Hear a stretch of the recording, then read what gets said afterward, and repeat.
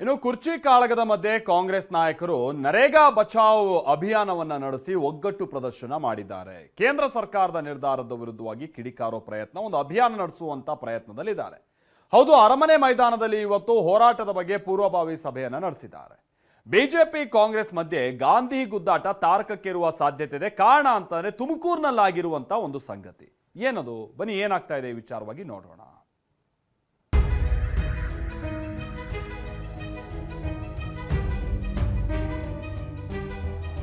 BJP Congress ಮಧ್ಯೆ MNREGA ಮಲ್ಲಯುದ್ಧ. For leave to introduce the repealing and amending bill 2025.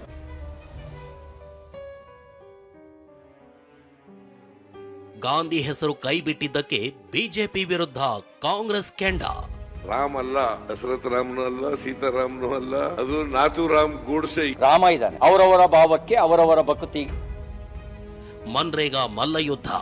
BJP Congress ಮಧ್ಯೆ ಮನ್ರೇಗಾ ಮಾತಿನ ಯುದ್ಧ ಮತ್ತೆ ಮುನ್ನೆಲೆಗೆ ಬಂದಿದೆ.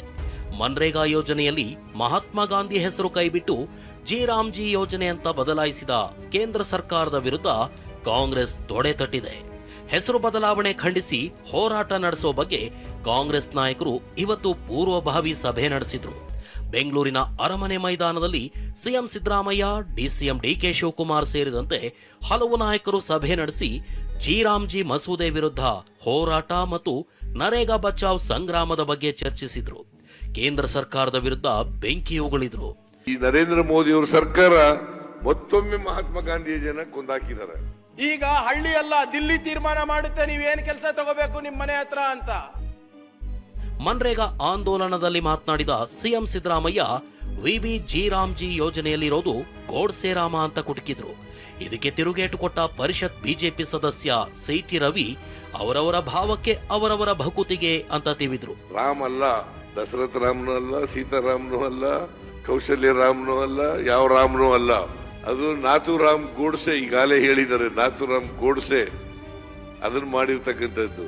ಸಿದ್ದರಾಮನು ಇಲ್ಲ, ರಾಮ ಇದ್ದಾನೆ, ಅವರವರ ಭಾವಕ್ಕೆ ಅವರವರ ಭಕ್ತಿಗೆ ಅವರವರ ತೆರನಾಗಿ ಇರುತ್ತಿರೋನು ಶಿವಯೋಗಿ ಅನ್ನೋ ರೀತಿಯಲ್ಲಿ ಸಿದ್ದರಾಮಯ್ಯನವರು ಯಾವ ದೃಷ್ಟಿಯಲ್ಲಿ ನೋಡ್ತಿದ್ದಾರೋ ಗೊತ್ತಿಲ್ಲ. ಅವ್ರು ಗೋಡ್ಸೆ ರಾಮನ್ ಕಾಣ್ತಾ ಇದ್ರೆ, ನಾವು ಮರ್ಯಾದಾ ಪುರುಷೋತ್ತಮ ಶ್ರೀರಾಮನನ್ನ ಪರಿಭಾವಿಸಿದ್ದೇವೆ. ಯೋಜನೆ ಬಗ್ಗೆ ಅಪಪ್ರಚಾರ ಅಂತ ಬಿಜೆಪಿಯಿಂದಲೂ ಕೌಂಟರ್ ಸಭೆ. ಮನ್ರೇಗಾ ಬಚಾವ್ ಬಗ್ಗೆ ಕಾಂಗ್ರೆಸ್ ನಾಯಕರು ಸಭೆ ಸೇರಿದ್ರು. ಇದಕ್ಕೆ ಕೌಂಟರ್ ಆಗಿ ಬಿಜೆಪಿ ಕೂಡ ಜಿಲ್ಲಾ ಕೇಂದ್ರಗಳಲ್ಲಿ ಸಭೆ ನಡೆಸ್ತಿದೆ. ಜನವರಿ 5ರಿಂದ 39 ಸಂಘಟನಾತ್ಮಕ ಜಿಲ್ಲೆಯಲ್ಲಿ ಸಭೆ ಮಾಡಲಾಗ್ತಿದ್ದು, ಜಿ ಅಪಪ್ರಚಾರ ಮಾಡಿಕೊಂಡು ಷಡ್ಯಂತ್ರ ರೂಪಿಸಿದೆ ಅಂತ ಸಭೆ ನಡೆಸಲಾಗಿದೆ. ಕೇಂದ್ರದ NDA ಸರ್ಕಾರ ಮಹಾತ್ಮ ಗಾಂಧಿ ಅವ್ರನ್ನ 2ನೇ ಬಾರಿಗೆ ಕಗ್ಗೊಲೆ ಮಾಡುವಂತ ಕೆಲಸ ಮಾಡಿದ್ದಾರೆ ಅಂತೇಳಿ ಅಪಪ್ರಚಾರ ಮಾಡೋದಕ್ಕೆ ಇವತ್ತೇನು ಷಡ್ಯಂತ್ರವನ್ನ ಕಾಂಗ್ರೆಸ್ ಸರ್ಕಾರ ರೂಪಿಸಿದೆ.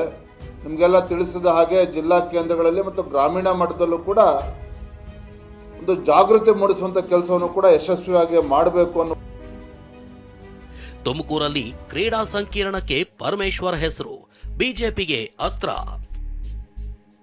ಒಂದ್ ಕಡೆ ಮನ್ರೇಗಾ ಹೆಸರಿನಲ್ಲಿ ಗಾಂಧಿ ಹೆಸರನ್ನ ಕೈಬಿಡಲಾಗಿದೆ ಅಂತ ಕಾಂಗ್ರೆಸ್ ಹೋರಾಟ ನಡೆಸುತ್ತಿದೆ.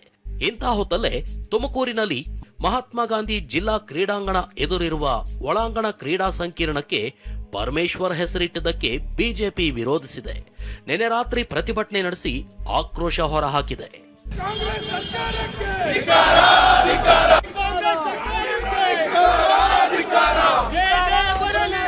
ಮಾತಾಡೋದು ಒಂದು, ಮಾಡೋದು ಒಂದು.